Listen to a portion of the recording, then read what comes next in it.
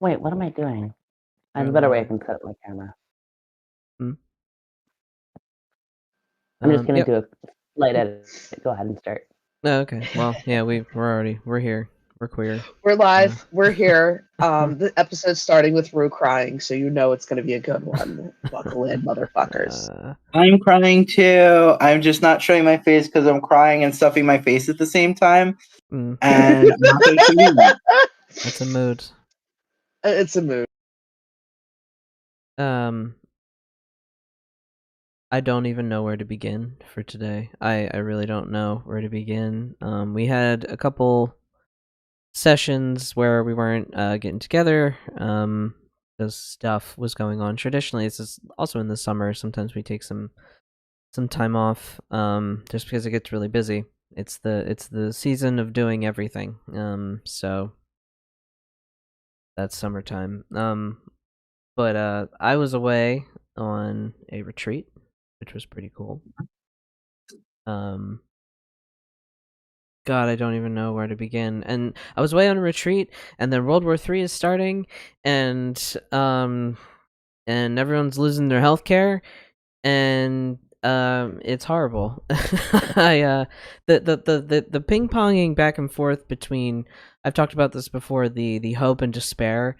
Like I don't know. Oh, I also got a promotion at work, so like there's been good things happening in my life with this backdrop of everything is falling to shit in the world around me, kind of thing.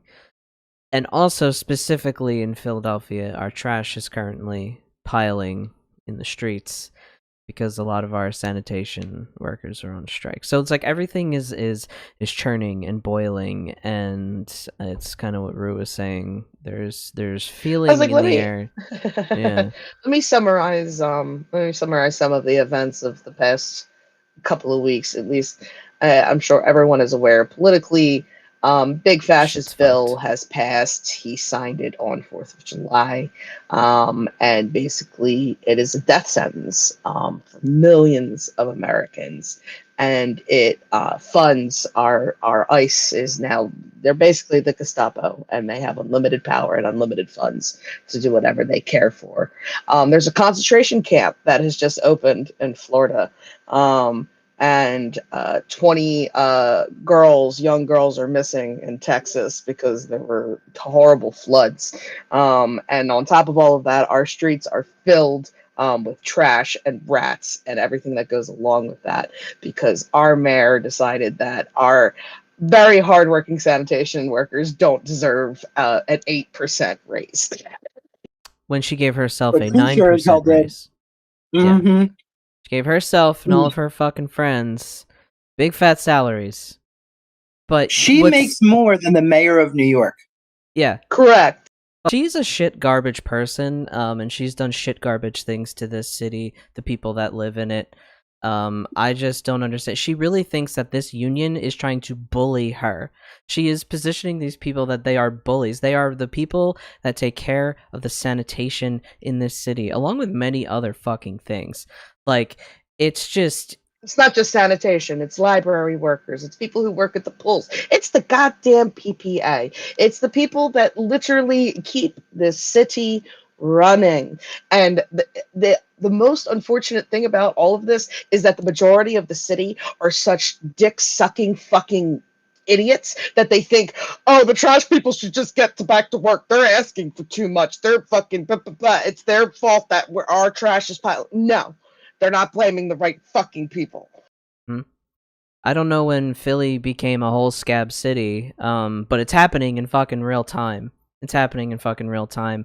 And I'm disappointed in a lot of you motherfuckers in this city being fucking scabs, crossing that fucking picket line, and I see all you Joe Schmo businesses around here using these dump sites as your own illegal dumping ground. Like, you're all trash and you're all shit. And I have never, like...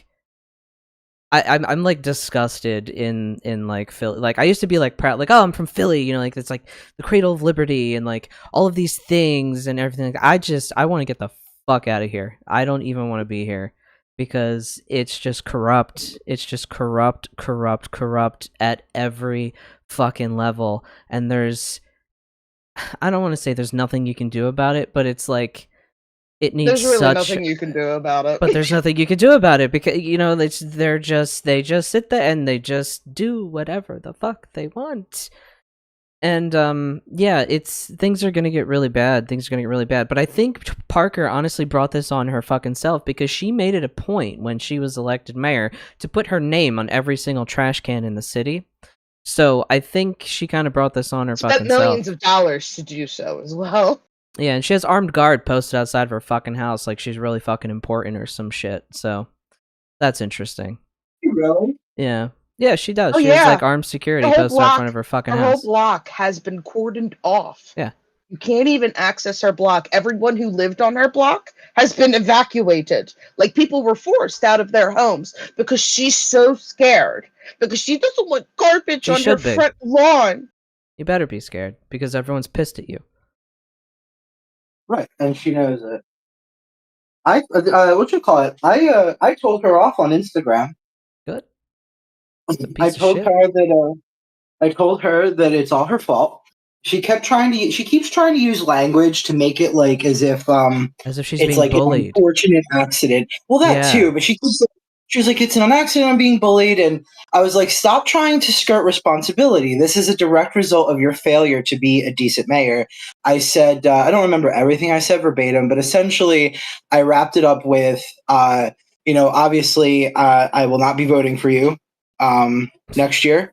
And 2027, whatever it is. But I also told her that if she doesn't handle proud of the fact that she's just going to be a one-term mayor. She's real proud of that fact.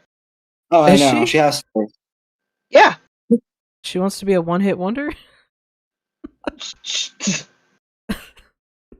But I told her, if she doesn't handle this in a timely manner, I'm going to personally bring my trash to City Hall and put it in the center of the contest. People are already doing so. Mm-hmm. And making very creative signs, including Parker piles, and this is fucking Parker shit, and just leaving we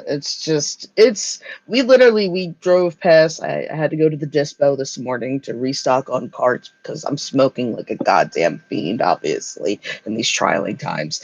And I literally had to maneuver my car around a pile of trash. That was just. I'm telling you, whole streets, cars are blocked. Like, it's goddamn Fifth Element here. Like, sorry for the mess in the back of the trash. Like, it's just everywhere. Like, I'm waiting for Danny DeVito to pop out behind an alleyway at any time. Of course, she did manage to get Center City picked up, the wealthiest of the Philadelphians. Of course. She got all that old city and all those people, all those tourist the big areas. Money and Philly, huh? Oh, tourist and big money, yeah, exactly. Got all that trash picked up right on time, but it's just that you go just everywhere, and it's not even just Philly because there's a ton of other cities and counties and everywhere else in America. Our government is failing us across the board at every fucking level, just about. There are certain pockets where maybe not, okay, fine, but overall, our levels of government, they're failing all of us and also, the other thing that's happening here, specifically in southeastern Pennsylvania, that's affecting, us here, is that our public transportation is about to go poof. They're about to take it all away because they don't have money. Okay, so they need funding in order to run the fucking trains so like people can get to work and shit. But the people in rural Pennsylvania said, well, because we have to drive everywhere out here in rural PA and we have to dodge deer when we drive, you don't deserve public transit in the city. That was their reasoning.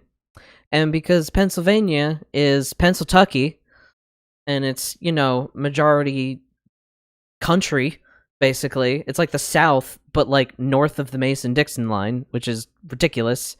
So we don't... I can't get to work. They're going to cut my train line that I specifically bought my house within walking distance of that train line, and they're going to get rid of it. Along with a million other train lines and, buses and trolleys and stuff like that. So it's just... It's getting to this point where it's like, why are we all working? What are we working for? You're taking my It's so trains. simple. It's to make rich people rich. There's no other purpose to life. We're cash cows. Real talk, we're slaves. We don't like to use that word because we like to act like slavery is a thing of the past. We're But just slavery has just been assets. perfected in its Right. modern form. You don't even have access to like the basic stuff that somebody who like was a serf 1,000 years ago used to have, right? You have less land, you have less food, you have less say. I mean, fuck, you could at least violent uprising and stab your lord with a pitchfork back in the day. And the beauty of things is it still does kind of work that way now. Like as much money as the big thing I've seen pointed out that as much money as they want to pump into ICE, there's just not enough people to man ICE, because all the people right now who aren't in ICE are all those Proud Boys who are running around doing their plainclothes shit anyways ineffectually, right? All you're doing is giving a bunch of idiots just more budget to expand. It doesn't mean they're any more skilled, and it doesn't mean that they're going to have any higher numbers. In fact, all it's going to do is really rile up the veterans who have a lot of weapons and a lot of training, who have been fucked over by the VA, who are losing their Medicaid, and ooh, I think that's a perfect storm for a fucking bad time for ICE. Just saying. It's almost like, advocating for the Second Amendment over every other part of society for, I don't know, a century almost, will have fucking ramifications when it comes down to removing everything else. Because as much as they want to fuck around, they are about to find out. Let's be real, right? You can only push until it comes to shove, right? And they've made peaceful revolution absolutely impossible, with the exception of Zorhan Mamdani. But I'm telling you right now, that is the final straw that will break the camel's back. I've been doing a lot of divination about this recently. I got some divining rods. If y'all want me to ask questions on stream, I can. They were straight up saying, like, shit's probably going to pop off in the next 2 weeks. When I was asking, they were consistently saying, yeah, within 2 weeks, you're going to have, like, conflict, like people shooting at each other type shit. Simply because it's right around the time of when the Zorhan election comes to a head, right? I think they're going to try to forcibly deport him before that election. I think they're going to try and... That'll be the final straw. People will come out in armed revolution and start shooting. They will know that there is no other mechanism, and they have to do this. You are putting people's back up against a wall, and you are about to find out about what all of this online rhetoric looks like when it meets the fucking streets, because we've seen the numbers of the No Kings protest, and real talk, as bad as it's going to get a whole lot fucking better, because I'll tell you something. When you're sick, you get something like an abscess building up. Ask me how I know. And that shit getting drained is painful. It's bloody. It's excruciating. But when it's done, you can breathe, you can swallow, you can go on your fucking way. And you take your course of antibiotics to clear the rest of that shit out, and you fucking chase it down, and you do your Pittsburgh trials and everything, and then it's fucking... You're setting an example to have this shit never happen again, right? Because as much as it seems right now like everything's lost, it is fucking anything but. And the public sentiment against this shit right now is far, far, far stronger than it was back in 1942. I need everybody to remember that right now. There's always been more of us, and there always will be more of us. And they rely on looking stronger than they are. It's Sun Tzu's Art of War. Basic shit. They are relying on fear and intimidation. They are not that good. These are not expert warriors. They're not people trained to go out and fight for fucking 15 hours a day in the sun, getting shot at and actually holding their shit together, right? These are role-playing, hate-filled, small people who have done next to no emotional work on themselves, who the moment that their life is actually on the line, they will be the first person to shit their pants and drop their rifle. Okay? These are not the demons they want you to think they are. They're only demons insofar as they act. They have no actual strength behind them. They are all internally very weak, because the strongest of people are often some of the kindest. And those who lash out like this are utterly the weakest. You have nothing to fear but losing your chains. I would rather fucking die than just to live as a slave for another day longer. We can rise up. The time is now, bitches. How is it over your side of the border? How is it over there? Carney is a fucking centrist dweeb, and he doesn't understand the sentiment of politics here, and how ready people are to fucking be done with this shit, and how if he doesn't actually do anything about what's going on, basically the Conservatives will win the next fucking election, because the only reason that he got in right now is because of the whole Trump situation down south. So the only way that Canada can be spared from the rising tide of fascism that's trying to pop up here is if y'all go into civil war and we have to do an intervention style shit, because that will enter into a World War III type scenario, and you bet your ass Canada's gonna be coming in to fucking help. And if not, there'll be volunteers coming in to fucking help, because like we're not gonna watch that shit go down that close. Because if and we go full fascist, like shit, it'll spread. Well, I mean, you already know what are. I mean? You already have. You already have. yeah, Let's be real. like we have. It's just a matter of if it takes over, right? Right. The full fascism's there, but it has not been able to subjugate the populace because it does not currently have the majority of violence.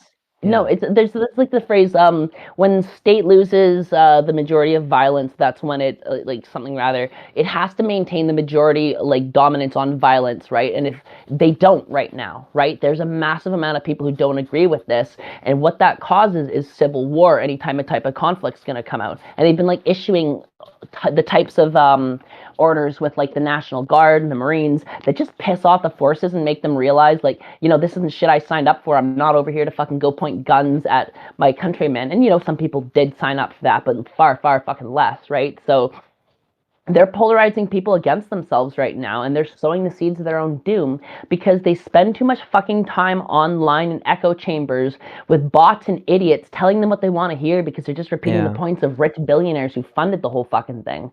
They don't have a leg to stand on. They're intellectually, ideologically, emotionally, and just physically weak. They have nothing. Life has always belonged to those who have struggled, and who have struggled fucking more than we have. Do you think that their ease of life has made them strong? No, it has made them grow fucking weak. They rely on us for everything. They cannot even do their own fucking laundry. Like they all have. A single mom laughs at that shit. A single mom will carry fucking 80 liters worth of laundry on her back with 2 fucking kids to the laundromat to get that shit done twice a fucking week if she needs to while working a goddamn job. And they want to say that they're fucking strong. Hell no, you ain't. Everybody out here who's struggling, they are the ones who are strong. That is who life belongs to. That is who the world belongs to. Like, they have butlers and people that clean their houses for them. And, like, yeah, like, basically just slaves. Wipe their asses, you know? And, like... Go ahead. Oh, I was just going to say, also to kind of continue the hope train, I think it was really it made me feel good to see Trump's failure of a speech on July 4th. I didn't even tune in. Did the UFC fight happen? I don't know. That I don't know. But what I did see was that they're showing their hand. They don't know what they're doing. The rails, like, we're completely off the rails. And he was already talking about the primaries, and he pretty much was like, well, we got to beat them. And, like, he's terrified of the primaries because, one, that whole thing, like, he can't stop it. I think he probably tried, but it's just not going to happen. There's no way that this country is going to allow our democratic process to stop. And I think he knows that as soon as he does that, that'll pull the trigger. Republican voters want to vote on him too.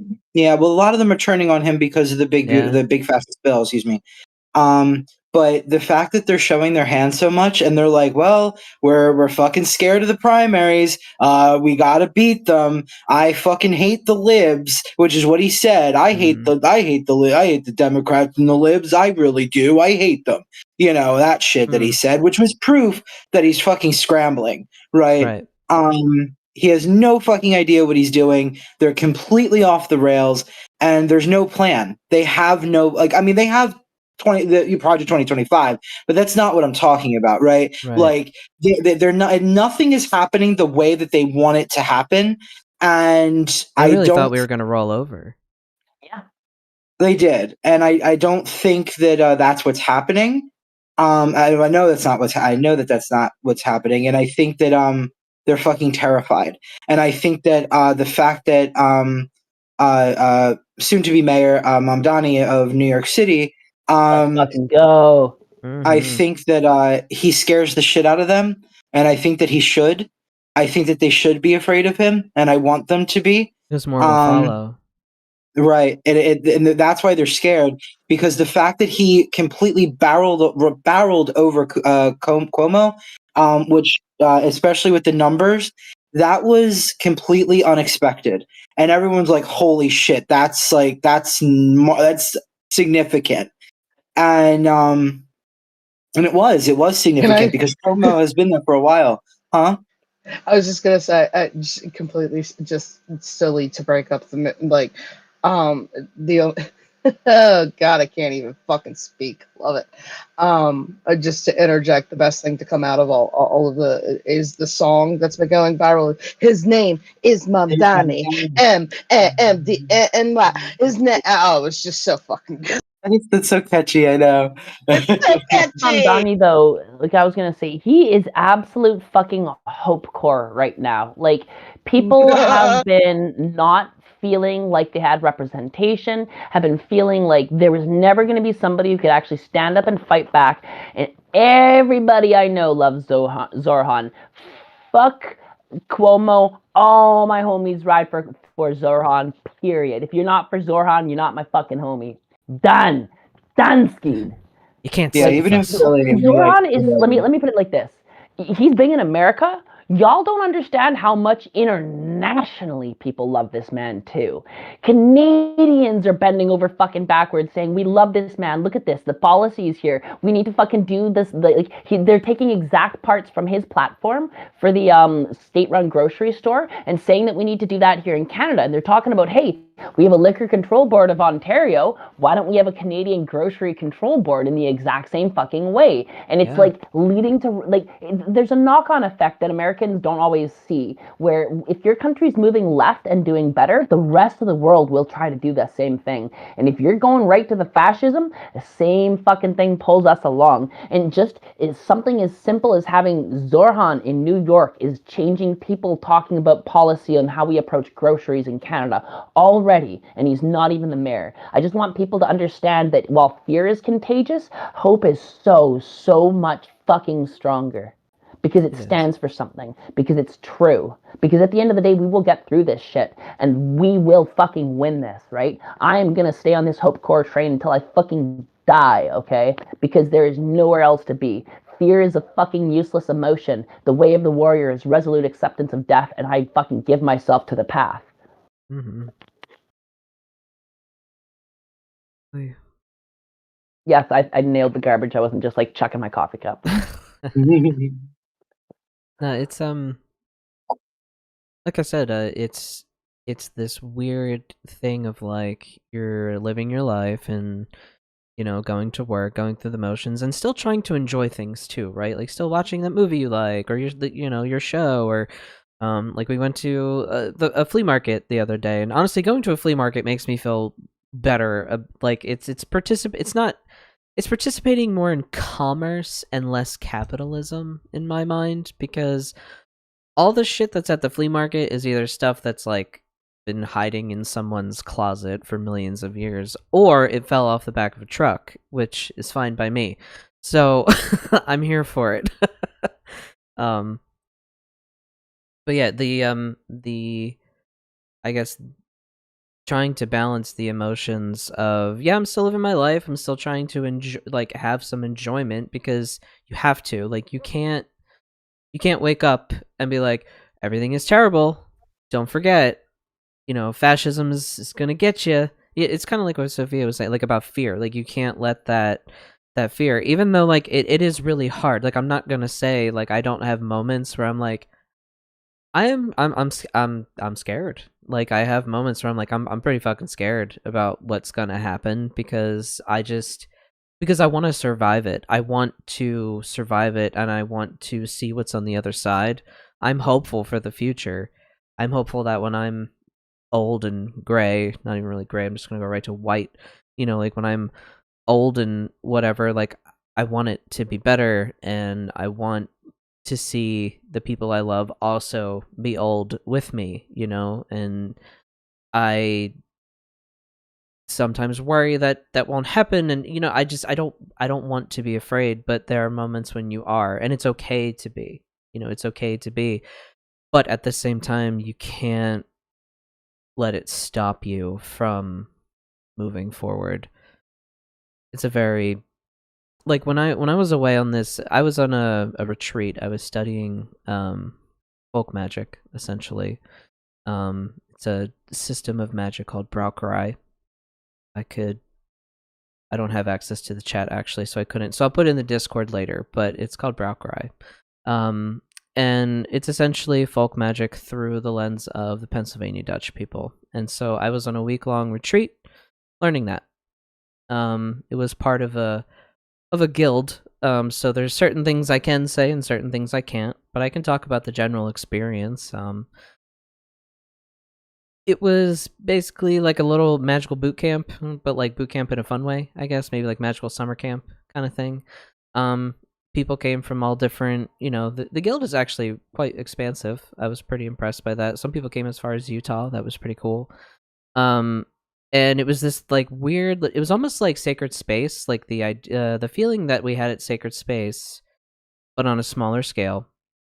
And it was just really wonderful to be enwrapped in a magical bubble for a whole week and learn all these things and be around people that are of similar like vision and mission, and it was weird because it was right before we had started one of the workshops, like one of the lectures we were doing, and the leader of the workshop, she had shared news about, I think it was whatever Iran did in retaliation to us. They bombed an embassy or something like that. And basically it was like, hey, just relaying this to you guys, before we get into workshop, this thing happened, in the outside world, and now we're getting back into this magic stuff. And it was this weird moment. I was like, oh my gosh, like, is this fucked up that we're here and we're like learning all this magic stuff, and should we be out there protesting all week? Should we be out there like, making a scene and making a fuss? And I guess that's the Aries in me, right? I'm like, we gotta go to war, like right now, guys, we gotta yell about it. And here we are just in our own little bubble, like learning magic and stuff. And then I had a moment of clarity. It was like, everyone has a role. Everyone has a role. This is the role that you have in this fight. You're fighting it on the front that people can't see. You're supposed to be invisible, relatively, in this. You're not supposed to be on the front lines. And so I was like, it was just this very like moment of clarity kind of feeling, but also still difficult to wrestle with, because I think even sometimes within our movements here, sometimes it's a little bit about activist theater sometimes, and I don't know. A lot of activists only understand the world of activism. They don't necessarily understand the stuff outside of it. Like, I was watching a really excellent post last night where she was talking about other ways that you can engage with activist style behavior without being an activist, right? And she listed a whole bunch of things like caregivers and weavers and organizers. But the thing was, every single example she gave came down to something like hosting a circle or hosting a workshop or hosting. And it was always in that terminally academic activist workshop mentality, right? And not as like down to earth grassroots. And I do really see the divide between people who have academic resource, who are absolutely trying to help but still can't necessarily step outside of their it's not necessarily comfort zone. They just don't know what they don't know. And the problem is, when you elevate somebody through something like education, they often may not be aware of their blind spots, and they'll often think that in the elevation of themselves, they've gained something that other people don't have access to or cannot attain, and therefore that other people have less use to provide to them in information or wisdom, which is actually very counter to the truth, because some of the most wise and intelligent people you will meet are unassuming, average, everyday people who've gone through massive amounts of stress, trials, and tribulation in their life, Yeah. Mm-hmm. So that's just a pitfall of the background with which somebody comes to approach it, right? A lot of people who are activists, think about it. if you're working a job 24/7, you typically can't protest. More often than not, I can't go to protests because I'm busy working, trying to just take care of my basic shit because I don't have the stuff provided for me to be able to do that, right?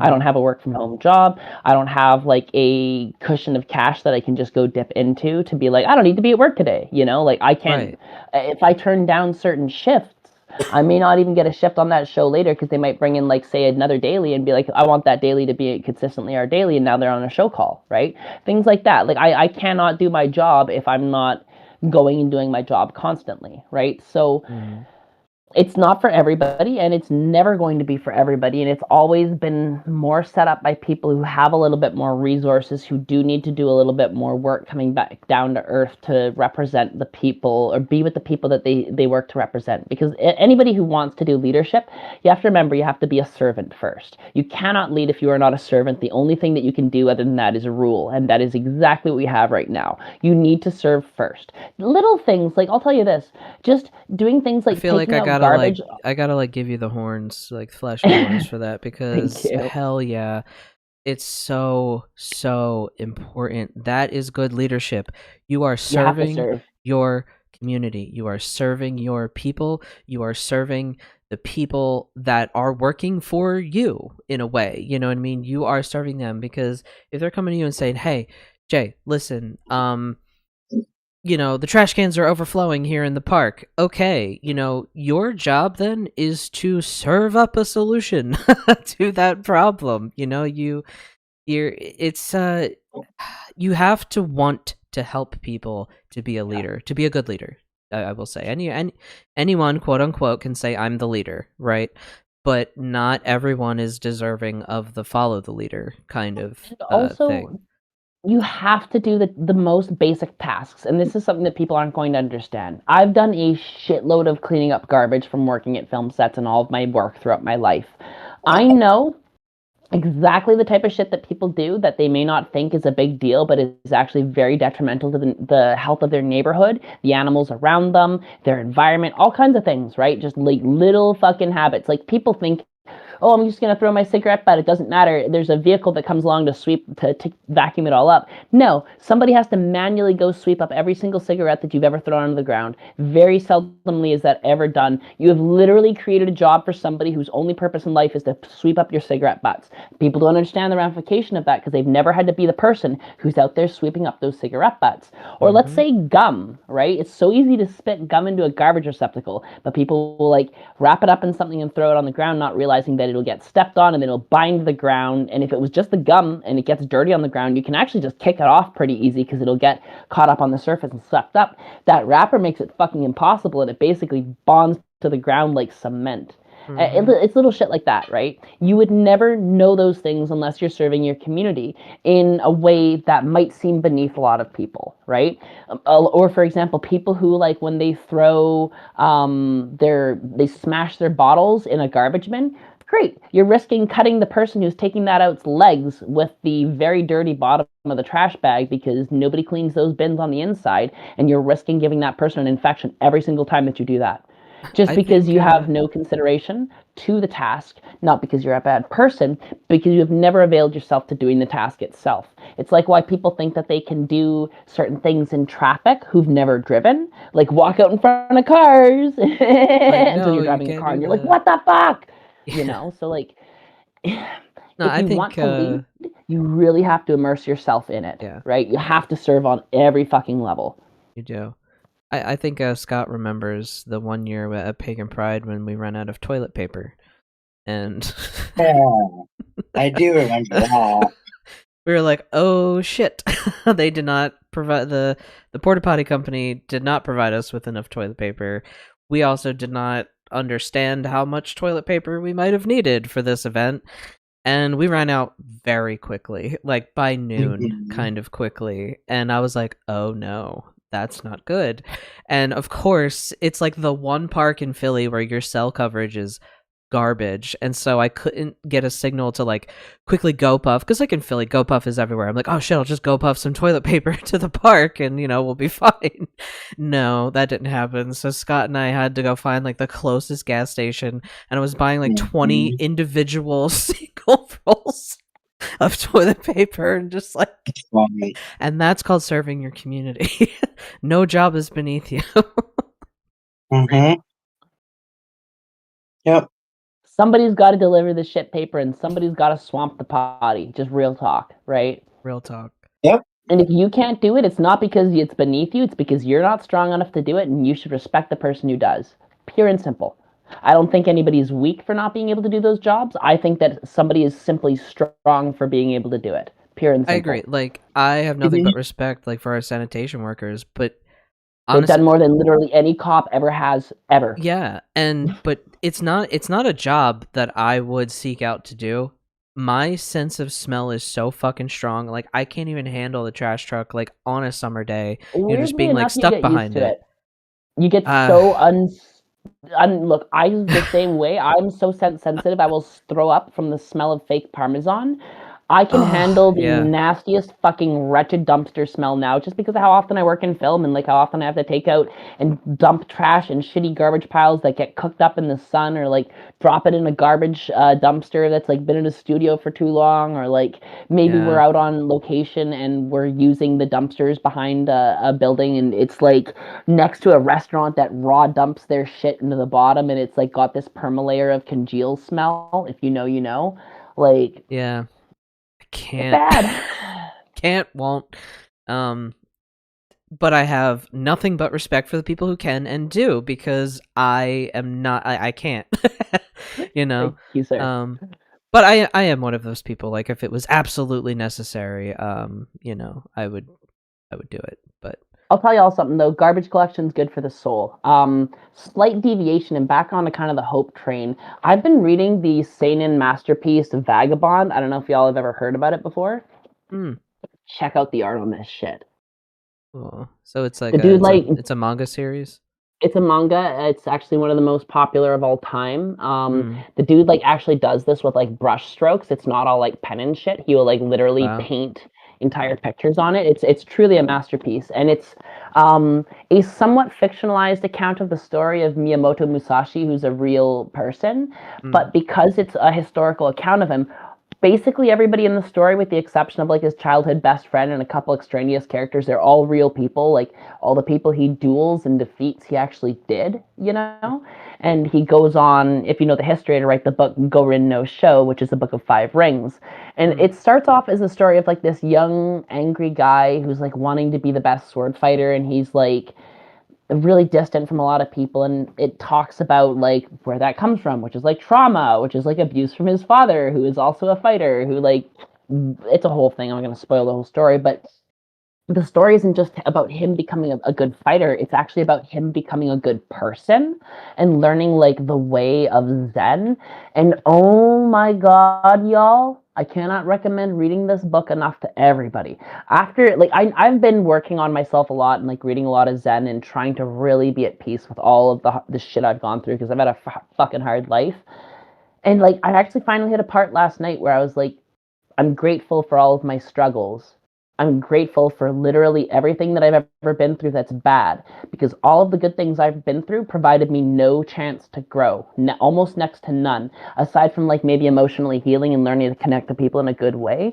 A lot of my strongest and best developments have come through doing things that I didn't think I wanted to do, and that pushed me. And I keep pushing through these really difficult things, and I'm becoming so much better than I ever used to be. And I'm not better than somebody else, but I'm better than myself. You know, I'm like climbing my own internal mountain, and I'm like actually getting back into sword fighting now because of it, because I realized like that is 100% my fucking path, and I should never have gotten off of it. And I'm like practicing again. You can like see my sword over there and shit. Like I am signing up for an Iato school where they're actually like doing proper katana practice. It's not like kendo and shit. Like I'll be doing cutting and stuff. So like nice. I'm fucking dead ass about this, y'all. I'm back on the studying the path of the blade, and it is 100% my way. And the practicing Zen has been so massively healing for me. I cannot recommend enough like Zen and the Art of Archery as a book, or Takuan Soho's The Unfettered Mind, or Gorin no Sho by Miyamoto Musashi. All of those are great audiobooks you can find online for free, and I can like give y'all links if you want to. They're relatively short too. That's like something that I've been trying to do is keep myself calm, like in all of this, like this idea of not quite like Zen. I don't know if I'll ever truly achieve what I would think is Zen. I don't know if that's possible for me. You absolutely no. I'm going to be very real with you. Anybody who's a witchcraft practitioner is already much closer to it as is, because you've already stepped away from a lot of the pitfalls of Western society that hold us away from getting to that state of being. You are already like at least 60% along the way to the path. Like, I'm dead ass. You're already doing it, dude. But after the retreat, like the thing with the retreat is it is the one time, maybe not one, but it is a the most recently that I relaxed. I actually relaxed that week. I actually disconnected, and I think that was the only way that I was actually really going to get something out of that retreat, because that's usually my barrier, is my anxiety, my stress, my fear of, whatever else is going on, like, oh, I hope the house is okay, like at home, like I hope everything is okay at home, like I'm always thinking about all these external things. But that week I actually I was like, I'm just going to focus on this, what I'm doing, the people around me. And I texted Rue here and there, but it was mostly like good night, good morning, good night, good morning, like that kind of thing. And it's fine, it's I was busting my ass at my job doing like record numbers every day. Hell yeah. Yeah. And it was nice too that, like, work didn't blow up without me there. So like, as much as it pains me to have to work the day job, I take the day job very seriously because it pays for my life. So it's, I worry about it when I'm outside of it. And also because I genuinely like the team that I work with. Like, I like the people. So like, I care if, if they're having a rough time. I had this whole moment. It was like, I've never actually had coworkers that I could. This is the group of coworkers I have at this day job are the best group of coworkers I've had so far. Like, they support you and they like help out and they don't like try to throw you under the bus. And it's just like we all just want to do our jobs and go the fuck home and just it's get it done. Yeah, it's a good vibe. So yeah, like but they're all millennials. That's why. Yeah, right. Most of us are millennials. Yeah. And yeah, it was a good week, and I just really allowed myself to disconnect. And well, the hardest part of it though was carrying that into, like, reintegrating back into society, right? Like, okay, you got to go back to work now. I went back to work on the busiest day of the month. Like, that was my first day back after being off for a week. And I've been working on it and getting through it, and it's been helping me.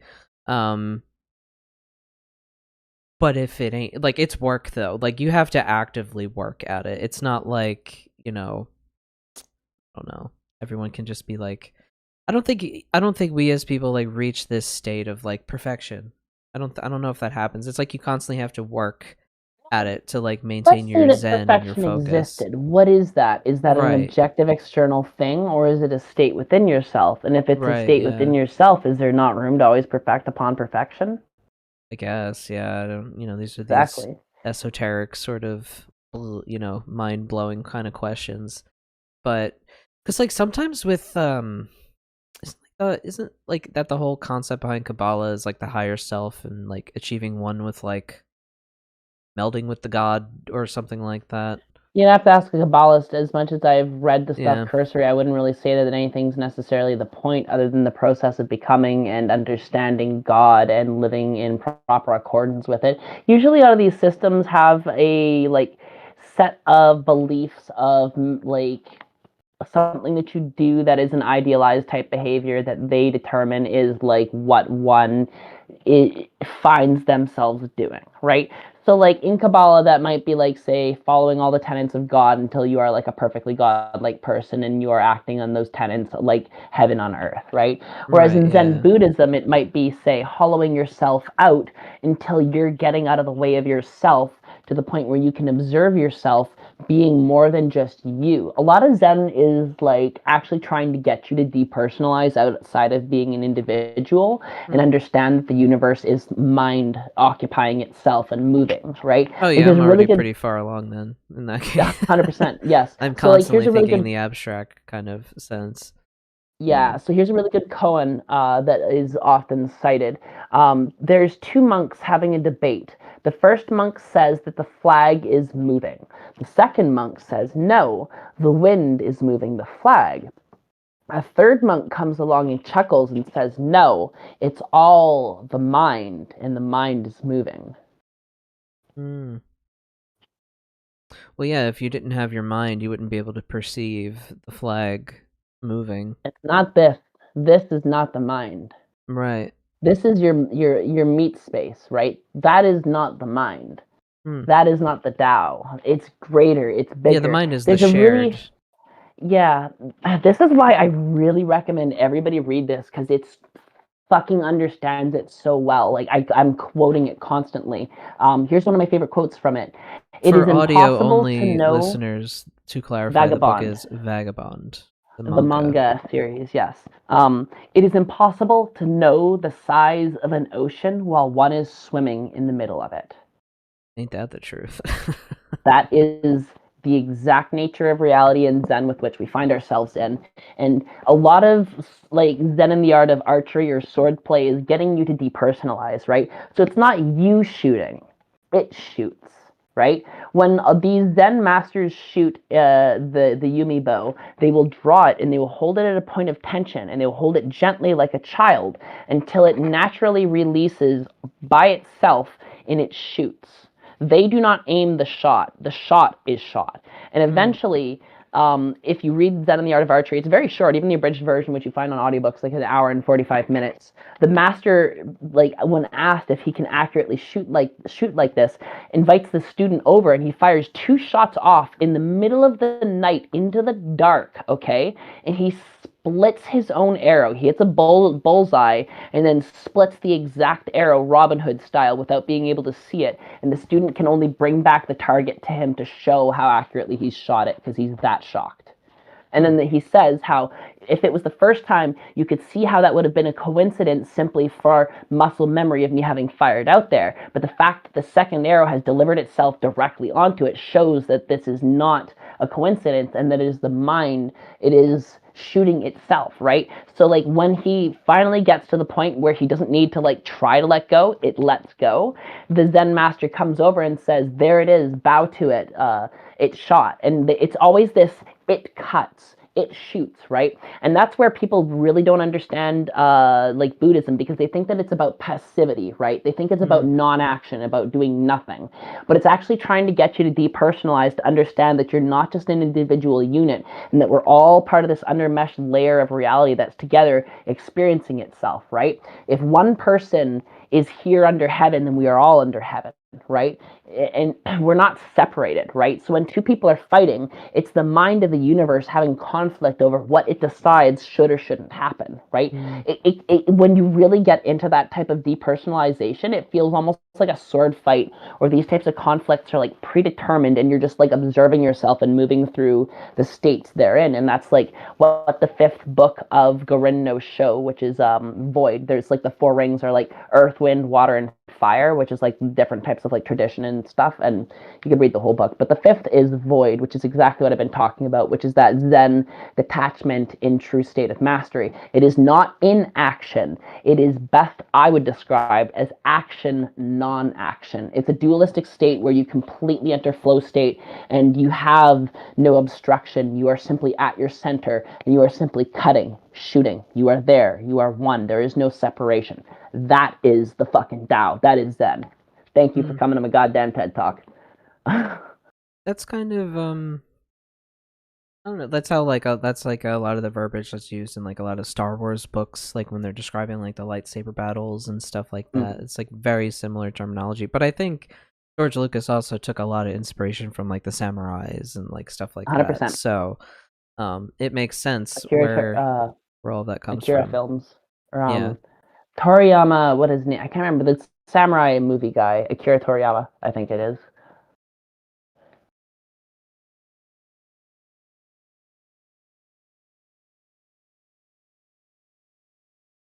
Scott, how you doing? I'm good. I'm sorry for being so quiet. I am exhausted. There's a lot going on. I just want to check in. We love you. I know. I love you guys too. I'm good. I really am. I'm all right. I'm just tired.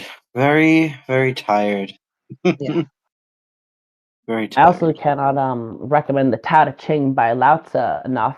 He's often said Lao Tzu, but in the audiobook pronunciation I've heard it's Lao Tzu, so I'm gonna go with that because they probably know it better than random white people trying to anglicize his name. Oh. It's kind of funny ever since we watched Res Dogs, certain terminology they use in that show, just between me and Bro, like it just like slips into like into like our language and shit. We say "sko" and oh my god, yeah. I'm like, that's such a good one. I've been saying things similar to that for a hot minute. Like I can't tell you how often I say let's go this way, and it's like it's just like let's go this way, but that's just how I've been saying it for like ever. Let's go this way, you know. And it kind of sounds like "go this way," which is like a whole fucking word, and it's like yeah. So it's fun. It's a good time. How far are y'all in it? We finished it. Oh, we finished it. Yeah, we like binged don't you just fucking love how it's actually like deeply supernatural, but it's not like trying to be overt at first, but then like the more you go in, because that's exactly the worldview and the culture that's like trying to be represented, they don't really try to shy away from it. You get like full ass fucking deer woman scenes, and like he gets the sorry for spoilers anybody, but the show's been out for years. Yeah, but, like been out for a minute. Catching a ride home, and she's like, so how'd you get home? He's like, deer lady gave me a ride. She's like, haha, fucking deer lady, right? And he's like, deer lady gave me a ride. And like he can't lie. Oh, you actually got a ride home from deer lady. Fuck. And you know, it also shows like how disconnected they are too from their own culture because of colonization. You know, I think what killed me and also what resonated with me was when they had like the seminar, like the people come in and they're like, this is how you connect with your culture, kids. And they were like, what the fuck is this? Like, are you fucking kidding me right now? From she played the Predator movie. She's like the actress from Predator, and she's like doing that Cherokee lady misrepresenting her own fucking culture and shit. Oh my god. She did such a good job. It was beautiful to see because sometimes we do this thing here in America. Not sometimes, we always do this thing here in America where we stereotype everybody, right? And well, yeah. So like usually with Native Americans, the stereotype is either like they were a peaceful people, blah blah blah, right? And they were a perfect peaceful people. And the other is like they were terrible and awful, and you know they were savage people and murdered people and stuff. Words. Yeah, and like you know, and or then this other thing is like, and they no longer exist, you know, and this and you know they're this mythical people that once existed, you know, and it's just like not and what Res Dogs does is it takes that whole narrative and it just throws it out the window. It just throws it all out the fucking window. Just such a good show. If you ever want to connect with like, you know, actually what modern, you know, Native culture probably is like. Yeah, it's a great show. Yeah.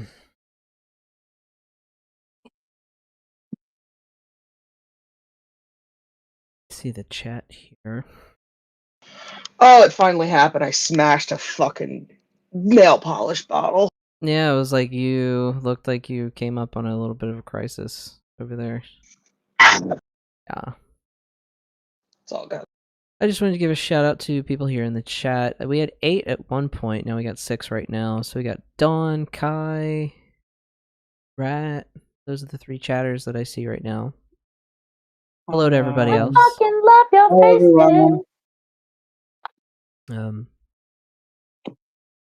Yeah, it's been a doozy. What's up? Anybody want to do some motherfucking divination, Rod, bitches? Sure. You could. Anybody got questions? I got questions for days, but some things I'm not sure if I want to know the answer to, you know? You reach those moments where you're like, I'm not sure if I want to know, actually. How it's going to go. Hang on a second.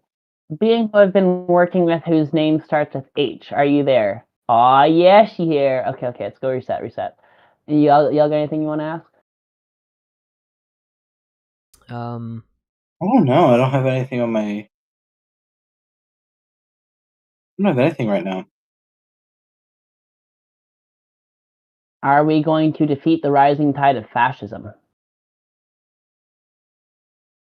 That's a yep. Yeah, it's like the cross. The cross means yes. So and if they then go when out like this, side, it's no. a no, and if they go in like this, that's a yes. Mm-hmm. I have them in my my divination trunk. You do have a whole ass divination. Take pictures of that one day. I should. I haven't thought about it. Is there going to be a civil war this year? Well, that's pretty on point. It's pretty definitive. Here's a really fun one. Was those orbs of light around December actually UAP and then all the drones going up, the government trying to cause like a distraction to avoid people seeing that? Oh. Yeah. Are we gonna win? Are we gonna win? Are we gonna win? Oh. Yes. Well, that's a good feeling. Have they already lost? Mm-hmm. See, there's a fun thing. The acorn contains the entirety of the tree. They've already planted the acorn. In that action, they have lost. Yeah. Ooh, what did chat say? Ooh. Y'all got any spiritual questions or fancy shit? No, I don't think anything that I'd like to discuss on air. Yeah, that's my thing too. Like, I have questions. It's just there's stuff that I can't.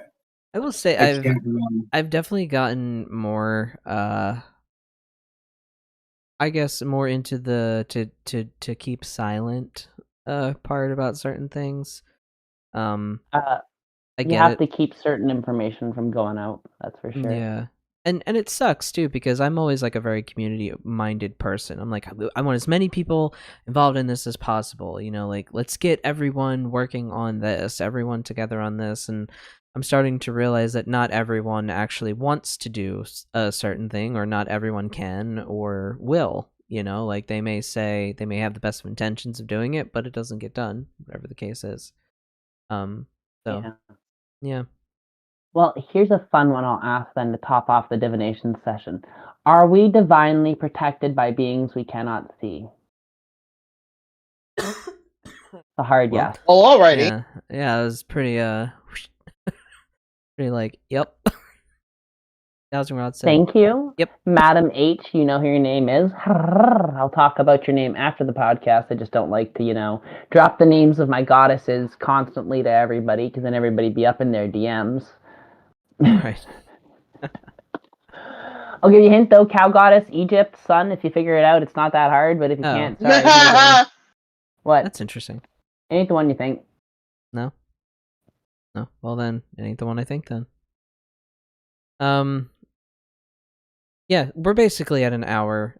This was like a really little bit all over the place episode. I'm sorry we didn't really have a plan in motion. It was kind of just like we just wanted to come back and prove that we still exist and we're still doing it and we're still here. We have 344 subscribers right now, by the way, on YouTube, which is pretty fucking huge. A lot of traffic we're gaining from Rue's makeup videos, which I just think is hilarious. I just think it's so much fun. That's how networking works. That's what we want to do, the side podcast, because if Rue's like doing makeup and I'm like, or like we're streaming video games, we got 2 side podcasts, it all just funnels to the same way, right? I mean, honestly, Witches Betwixt could be a podcast network as far as I'm concerned. Yeah, maybe we got like Mama Scott's divination hour, and Scott comes in with like saucy outfits and like divines for people.